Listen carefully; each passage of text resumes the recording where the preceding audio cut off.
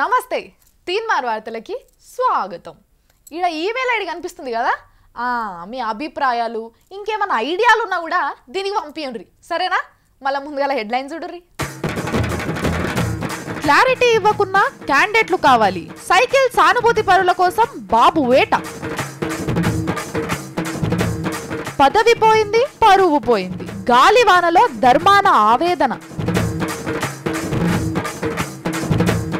అమ్మ దయతో చిన్నమ్మ సీటు నాకే, వాల్తేర్ను ఏల్తా అంటున్న సుబ్బి.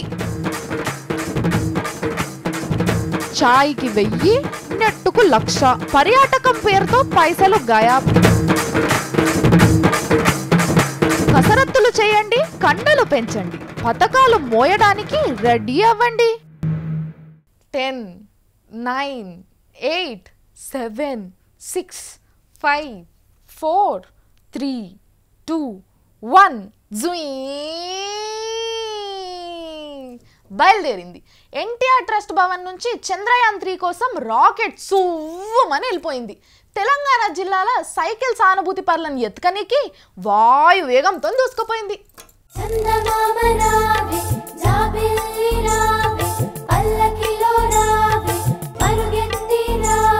తెలుగుదేశం పార్టీ అధ్యక్షుల వారు తెలంగాణ చంద్రయాన్ 3 సురువు చేసిండు. ఓ దిక్కు పార్టీని పెక్కున దాన్ని తెలంగాణ లీడర్లు బయటికి వెళ్ళిపోతుంటే భర్తీ చేసుకునే పనిలే పడ్డాడు. ఉమ్మా ఎడక్కాయ అని లెక్క చూసుకోకుండా ఎదురొచ్చిన మనిషి మీద పచ్చకండువ కప్పుకుంటా పార్టీలకు రమ్మంటున్నాడు. అంత పెద్ద మనిషి రమ్మంటుంటే ఎవలాగుతారు? పబ్లిక్ పట్టించుకోక పడవబడేదానికంటే చంద్రబాబుతో చేతులు కలిపితే అయిపోతుందని ఒక్కరొక్కరు వచ్చి సైకిల్ దొక్కుతున్నారట.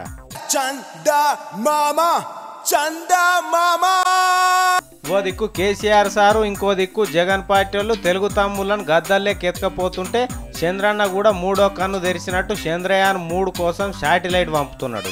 వెనుకబడ్డ తెలంగాణ జిల్లాలలో రాజకీయంలో అంతకంటే వెనుకబడ్డ తమ్ముళ్లను గుండె కత్తుకుంటున్నాడు. ఇన్ని రోజులు మిమ్మల్ని పట్టించుకోలేదు తమ్ముళ్ళు, ఇప్పుడు మీ సత్తా ఏందో ఎన్ని రోజులు గుర్తుపట్టినా ఇక ఆలస్యం చేయకుండ్రీ, నేను ఏడుంటే ఆడికొచ్చి కండువాలు కప్పించుకోండ్రీ అంటున్నాడట.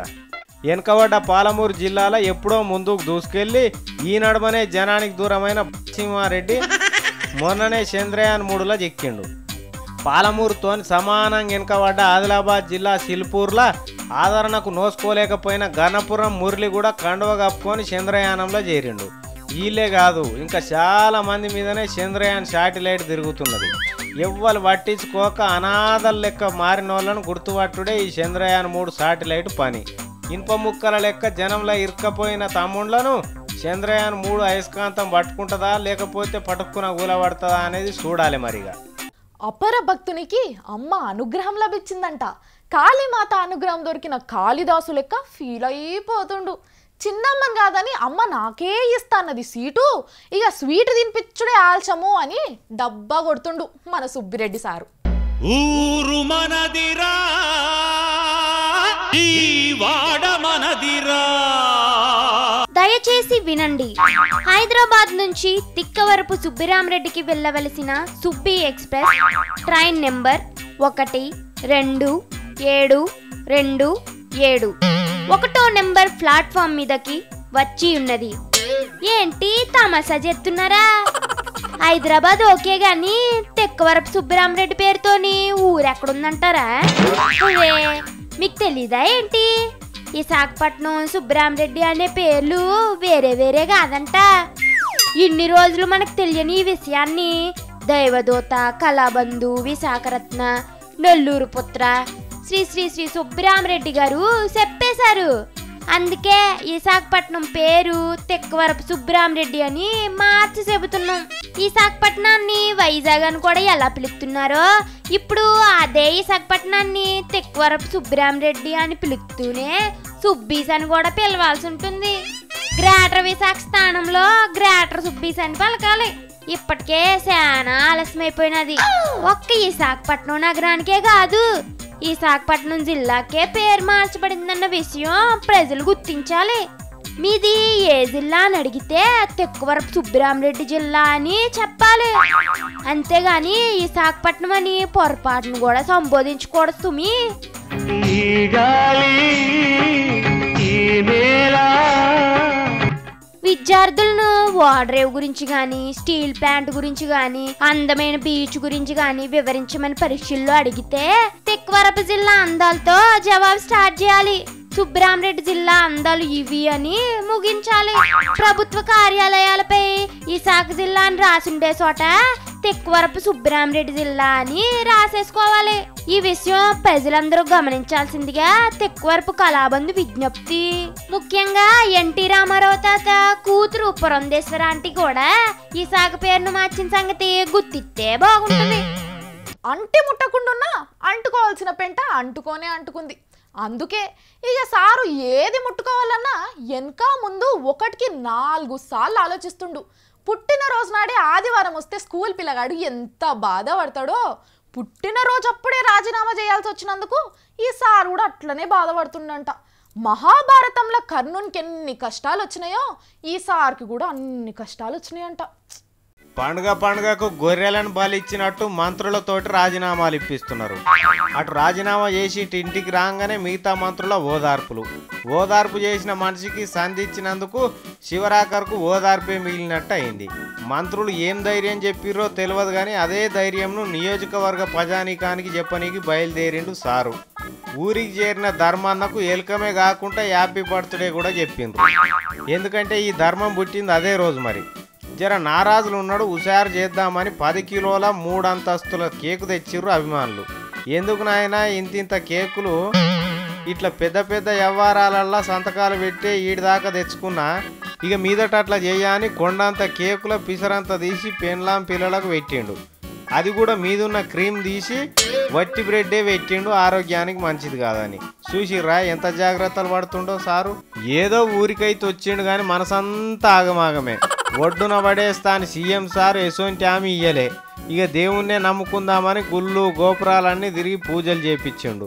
సాయంత్రం మీటింగ్ పెట్టిండు. నా తప్పేం లేదని ఓట్లేసిన పబ్లిక్కు చెబుదామని. అంతల్నే ఓ జోరు వాన. మైకు కట్టుకొత్తక ముందుకే పబ్లిక్ లేచి వెళ్ళిపోవడం సురువు చేసిరు. అన్ని కారణాలు కర్ణుని సాగుకే అన్నట్టు అయింది. లేచి వెళ్ళిపోతున్న పబ్లిక్ను ఓర్ని బండబడ ఒక్క ముక్క నేను చెప్పేది వినుండ్రా, వర్షం మంచిదే కదా, తడిస్తే సస్తమా ఏమి అని. మీరు కొద్దిసేపు ఆగండి, తడిసిపోతే మీరు మొక్క మొలిసిపోతారా? ఎందుకంత కొమ్మలు లేచిపోతాను? కూర్చోవే. ఎవడి కోసం ఎవడున్నాడు పొందిరా పొంది, నా కాలం ధర్మం కలిసొస్తేనే రండిరా రండి. మొత్తానికి నానుకుంటా తడుచుకుంటేనే తప్పు నాది కాదని చెప్పాడు. చెప్పాలంటే అసలు ఎవరి తప్పు లేదన్నాడు. మరి ఇంకెందుకు ఈ మీటింగ్ అని కూర్చున్న కుర్చీలనే నెత్తి మీద పెట్టుకొని ఎక్కడోళ్ళు అక్కడ వెళ్ళిపోయారు ఊరి జనం. ఈ మధ్యలో మల్లన్న బాగా కసరత్తులు చేస్తుండంట. ఎందుకు మల్లన్న అంటే వచ్చే ఏడాది కోసం తయారైతున్నా అంటుండు. వచ్చే ఏడాది కోసం ఇప్పుడు నుంచే కష్టపడాల్సిన అవసరం ఎందుకు వచ్చిందో అడుగుదాం. మల్లన్న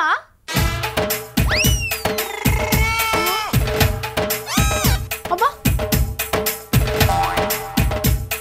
అబ్బా అబ్బో తమ్ముడు ఇంకోటి. మల్లన్న ఓ మల్లన్న. అయ్యో రామ్లమ్మ నువ్వా? చెప్పు. ఏంది చెప్పేది? ఇప్పుడు ఆ ఎక్సర్సైజ్ లేంది? ఇవా వచ్చే ఏడాది కోసం. వచ్చే ఏడాది కోసమా? ఏముంది వచ్చే ఏడాదిలా? కుస్తీ పోటీలు ఏమన్నా ఉన్నాయా?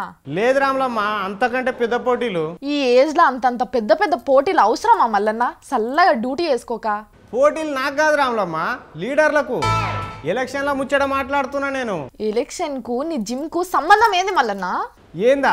నాకే కాదు నీకు కూడా ఉంది. నువ్వు కూడా వచ్చి 2 సార్లు డంబిల్ ఎత్తుదా. మంచిగానే ఉంది నీ కథ. జల్దీ చెప్పు, నీ జిమ్ కు ఈ ఎన్నికలకి ఏంది సంబంధం? రోజు టీవీలలో చూస్తలేవా మన లీడర్లు ఎన్ని పథకాలు ప్రకటిస్తుర్రో? చూస్తున్నా. మరి వాళ్ళు గెలిస్తే అవన్నీ అమలు చేస్తారు కదా, అవన్నీ పథకాలు మోసుడు నాతోటి ఏమవుతుంది? అందుకే ఇగో కండలు పెంచుతున్నా.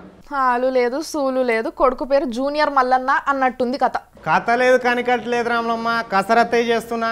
ఇక చూడు యనవభుజం చంద్రబాబు సార్ కోసం ఆయన ఆ పథకాలని ఈ పథకాలని పింఛన్లని యువకులకని టికెట్లని జరని పెట్టిండా. అందుకే జర గట్టిగా ఉండాలని ఇగో స్టార్ట్ చేసిన. అచ్చా, మరి కుడి భుజం? ఇదా మన కిరణ్ సార్ కోసం. ఎందుకంటే సార్ కుడి భుజం అసంటోని కదా నేను, అందుకే ఆ సార్ కోసం ఇది పెట్టుకున్నా. ఇటెంత బరువు వేసుకున్నావు మరి? సార్ కిరణాలన్నీ మోసేటట్టు బంగారి తల్లిని ఎత్తుకునేటట్టు జర బలంగా ఉండాలి కదా. సార్ ఇచ్చేటి అన్నీ ఇంటికి మోసుకపోవాలంటే కనీసం ఈ మాత్రం ఉండాలి. అందుకని 6 కిలోలు వేసినట్టు. ఎందుకంత కష్టం చెప్పు? సార్ ఉండేది ఇంకా ఎన్ని నెలలు? మళ్ళా వచ్చు డౌటేనంట కదా. ఎవరన్నారు? మన జగ్గారెడ్డి సార్ని అడుగు, చెప్తాడు. ఏం చెప్తాడు ఆ గడ్డం సారు? వచ్చేసారి కూడా కాంగ్రెసే అధికారంలోకి వస్తుంది, కిరణ్ సారే ముఖ్యమంత్రి అవుతాడు. నువ్వు కూడా అదే ఫిక్స్ అయినావా? అదే ఫిక్స్ అయితే చంద్రబాబు కోసం ఎడమ భుజం ఎందుకు కేటాయిస్తుంటే జర మన జాగ్రత్తలో మనం ఉండాలనే. మరి జగనన్న పార్టీ కోసం ఏం కసరత్తులు చేస్తలేవా? జగనన్న పార్టీకా? అవసరం లేదు రాములమ్మ. ఎందుకు? వాళ్ళు గెలిచే ఛాన్స్ లేదా? నేను అన్నాను అట్లా? నా మాటలు ఎందుకు వక్రీకరిస్తున్నావు? మరి ఎట్లా అన్నావు చెప్పు, నాకు అర్థం కాలే. జగనన్న గెలిస్తే కసరత్తులు ఏముండయి, అన్నది ఇచ్చేది దేవుని పాలన కదా. ఇక అది స్వర్గమేనా? స్వర్గంలో మోసుకపోవడం ఏముండదు, అన్ని మనతానికే వస్తాయి, అనుభవించాలే. అయితే జగనన్న రావాలని కోరుకుందావా? అట్లనే నీ ఇష్టం. మరి పువ్వు పార్టీ అధికారంలోకి వస్తే ఏం చేస్తావు? ఓ పువ్వు తీసి చెవులో పెట్టుకుంటా. అదేంది? కేంద్రంలో ఏమో కానీ రాష్ట్రంలో అయితే వచ్చే ఛాన్సే లేదట. ఒకవేళ వస్తే ప్రపంచంలో 800వ వింత అవుతుంది. అట్లానా? మరి కేసీఆర్ సార్ సర్కార్ వస్తే కారెక్కి పోవడే ఉంటుంది, ఇంకేముంటుంది? అంతేనా? అందరిని కట్టేసి చదివిపిస్తాడట, అందరికి డబుల్ బెడ్రూమ్ ప్లాట్లు ఇస్తాడట. మరి ఇంకేంది, మీ ముసలమ్మని కూడా తెచ్చుకోవద్దు? ఎట్లనో పెద్దగా చదువుకోలేదు కదా, ఇద్దరు కలిసి చదువుకోవచ్చు. అవును రాములమ్మ. ఏమంటుండయనా? ముచ్చట పని చేసి పని చూసుకోమన్నాడు. ముచ్చట్నే మన పని అని చెప్పకపోయినా? అది నీ పని, నాకు ఇంకా మస్తు పనులు ఉన్నాయి. ఇక నేను ఉంటా రాములమ్మ. Over to studio. బాగా ఓవర్ అయింది మా మల్లన్నకి. సర్లే, నేను కూడా మస్తు కసరత్తులు చేస్తా రేపటి నుంచి మా మల్లన్నను ఉత్తుకనికి. అతిథి దేవోభవ అన్నారు కదా అని మరీ ఇట్లనా? కరువు కాటకాలు వచ్చి నీళ్లు, కరెంటు, పంటలు లేక ఆల్మోస్ట్ అడక్క తినే పొజిషన్లు ఉన్నాం మనం. అట్లాంటిది చాయ్కి 1200, లంచ్కి 4000, ఇంటర్నెట్కి 2 లక్షలు పెట్టే స్టేజ్లు ఉన్నామా? ఛాన్సే లేదు కదా అని మీరు నేను అనుకుంటే సరిపోతుందా? మనకు తెలియని లెక్కలు ఎన్నో ఉన్నాయి, చూడరు ఒకసారి. మీ ఊళ్ళో ఒక్క చాయ్ తాగితే ఎన్ని పైసలు అవుతాయి? పాలు, చక్కెర, చాయ్ పత్త ధర పెరిగింది కాబట్టి 4 లేకపోతే 5 రూపాయలు అవుతాయి. అదే హైదరాబాద్లో ఎంత పెద్ద హోటల్కి పోయినా 10 రూపాయల కంటే ఎక్కువ ఉంటుందా ఒక్క ఛాయ? ఉండదంటే ఉండదు కదా. కానీ 1200 రూపాయల ఛాయ్ ఎట్లుంటుందో చూసినరా మీరు? మేము కూడా చూడలే, కానీ పర్యాటక శాఖ మంత్రి చిరంజీవి చూపిస్తున్నాడు. చూపించుడే కాదు, తాపిస్తున్నాడు కూడా. ఛాయ్కే 1200 ఉంటే అన్నానికి ఎంత ఉంటుండొచ్చు అని ముక్కు మీద ఏలేసుకున్న వాళ్ళంతా ఏలు తీయండి ముందుగాల. ఆ లెక్క కూడా చెప్తాం. ప్లేటు భోజనం 3500 రూపాయలు. మేము చెప్తున్నది అమెరికా, లండన్, ఆస్ట్రేలియా ముచ్చట కాదు, చూడసక్కని మన హైదరాబాద్లో ధరలే. యునైటెడ్ వరల్డ్ టూరిజం కాన్ఫరెన్స్ అని ఓ దావత్ చేసిండ్రు మన చిరంజీవి సారు, ముఖ్యమంత్రి సారు కలిసి. ఈ దావత్కు బయటి దేశం వాళ్ళు 200 మంది వచ్చిండ్రట. ఆ దావత్కు వచ్చిన వాళ్ళకు చిన్నతనం కాకుండా ఒక్కొక్కరికి 1200 రూపాయలు పెట్టి ఛాయ్ దాపిచ్చిండ్రట. అమ్మటాలకు ఒక్కొక్క ప్లేటు 3500 రూపాయలు కట్టి భోజనం పెట్టించిండ్రట. ఛాయ్ భోజనం ధరలు ఇంతుంటే నాస్టకి ఎంత ఉండాలి? ఎంత కాదనుకున్నా 2000కు తక్కువ ఉండదు. మరి ఒక్క మనిషి రోజుకు తినేటందుకు 10,000 కావాలి. ఇట్లా వచ్చిన వాళ్ళకల్లా రోజుకు 10,000 తిండికే ఖర్చు పెట్టిండట మన చిరంజీవి సారు, కిరణ్ కుమార్ రెడ్డి సారు కలిసి. ఇన్ని రూపాయల తిండి తింటుర్రు అంటే వాళ్ళు ఏం మనుషులు అనుకుంటుర్రా? అది మీ భ్రమ. వాళ్ళు తిన్నది అదే 100 రూపాయల తిండి. లెక్కలు మాత్రం వేలలా రాసిండ్రు. బిల్లు కూడా కట్టిండు మన చిరంజీవి సారు. ఇన్నిగానం పైసలు ఖర్చు పెడుతున్నాడంటే చిరంజీవి తాను ఎన్ని పైసలు ఉండొచ్చు అనుకుంటుండ్రా? అమ్మా, అవి చిరంజీవి పైసలు కాదు, నీ సొమ్మే, మంది సొమ్ము. మంది సొమ్ము మంగళవారం అన్నట్టు 10 రూపాయల ఛాయ్కి 1200 బిల్లు వేసి లెక్కలు కట్టిండ్రు. మిగిలిన పైసలన్నీ అధికారులు, నాయకులు దిగమింగిండ్రు. చూసిండ్రా వీళ్ళ కథ? ఛాయ్ నీళ్ళల్లో కూడా ప్యాలాలు ఏరుతున్నారు. వీళ్ళని ఏమనాలిగా మీరే అనుండ్రి, మేమంటే తప్పు అవుతుంది. మల్లియలారా మాలికలారా మౌనముగా ఉన్నారా, మా కథనే విన్నారా అని పాడుకునే రోజులు పోయినాయి అంట. మల్లె పందిరి నీడలో నా జాబిల్లి అని కూడా వాడుకోలేమంట. సెంటుల స్ప్రేల వాసన చూసుడే కానీ జడలో మల్లెపూలు పెట్టుకునే రోజులు, ఎండాకాలం సాయంత్రం మల్లె పందిరి కింద కూర్చొని మంచి వాసన పీల్చుకునే రోజులు మళ్ళా రావంట. ఎవ్వలింటి ముందు చూసినా ఒకప్పుడు మల్లె పొదలు, కనకాంబరం మొక్కలు, బొండి మల్లెల చెట్లు కనిపించేవి. ఇప్పుడున్నాయా అట్లాంటి చెట్లు పొదలు? అది పోనీ కానీ ఎవరన్నా పండక్కో పబ్బానికో లేకపోతే ఏ ఊరన్నా వెళ్తే జన్నిండా మల్లెపూలు పెట్టుకుని వెళ్ళేవారు. పక్కన పోయే వాళ్ళకు కూడా మల్లెపూలు వాసన తగిలి మనసు పులకరించేది. నల్లటి జల్లో తెల్లటి పూలు పెట్టుకొని వెళ్తుంటే ఆ అందమే అందం, అలాగుండేది. మరి ఇప్పుడు ఏమైందో ఏమో, మల్లెపూలు లేవు, బొండి మల్లెపూలు లేవు. మూరడు మల్లెలు కొందామన్నా దొరకకుండా అయిపోయింది. అక్కడో ఇక్కడో కనీసం హైదరాబాద్ పూల మార్కెట్లోనన్నా మల్లెపూలు కనిపిస్తా ఉండేవి, కానీ ఇప్పుడు అక్కడ కూడా కనిపిస్తలేవు.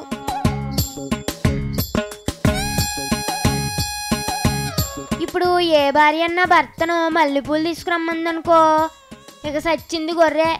అటు పువ్వులు దొరకక ఇటు భార్య మన కోరిక తీర్చలేక ఆ భర్త ఏమైపోతాడో, ఏం చేయాలో అర్థం కాక ఇంకేమన్నా తీసుకెళ్ళి బుజ్జగించే ప్రయత్నం చేస్తాడు. మల్లెపూలు కదా అట్టుంది ఇప్పుడు. చూద్దామంటేనే కనిపించకుండా పోయాయి. మల్లెపూల ముందు రకరకాల పూలు వచ్చాయి కానీ మల్లెపూల వాసనే వేరు.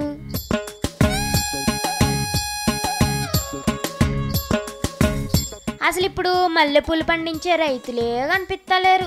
ఒకప్పుడు ఎకరాలు కొద్దీ వేసి మొగ్గలు తెంపి సంతకు పంపేవాళ్ళు. అలాంటిది ఇప్పుడు వానలు పడక, కరెంట్ లేక పంటలే కనిపిస్తలేదు. ఇంకెక్కడికి వెళ్ళి పండిస్తారు రైతులు? రైతుల జాబితాల్లోంచి మల్లెపూలు రైతులనే డిలీట్ చేస్తారంట. ఇక ముందు ముందు మల్లెపూలు దొరుకుతాయో లేదో. ఆడోళ్ళకి ఇంకా ఎవరికన్నా మనసు సాగుకుంటే మన్నించండి. ఇంటోళ్ళని ఇబ్బంది పెట్టకుండా ఆల్టర్నేట్ పూల మీద మనసు పారేసుకోండి. ఇంకేం చేస్తాం మరి? క్లారిటీ ఇవ్వకున్నా క్యాండిడేట్లు కావాలి. సైకిల్ సానుభూతి పరుల కోసం బాబు వేట. పదవి పోయింది, పరువు పోయింది. గాలివానలో ధర్మాన ఆవేదన. అమ్మ దయతో చిన్నమ్మ సీటు నాకే. వాల్తేర్ను ఏల్తా అంటున్న సుబ్బి. చాయ్కి 1000, నెట్టుకు 1,00,000. పర్యాటకం పేరుతో పైసలు గాయాబ్. కసరత్తులు చేయండి, కండలు పెంచండి, పథకాలు మోయడానికి రెడీ అవ్వండి. తీన్మార్ అంటే ఇష్టమే కదా మీకు?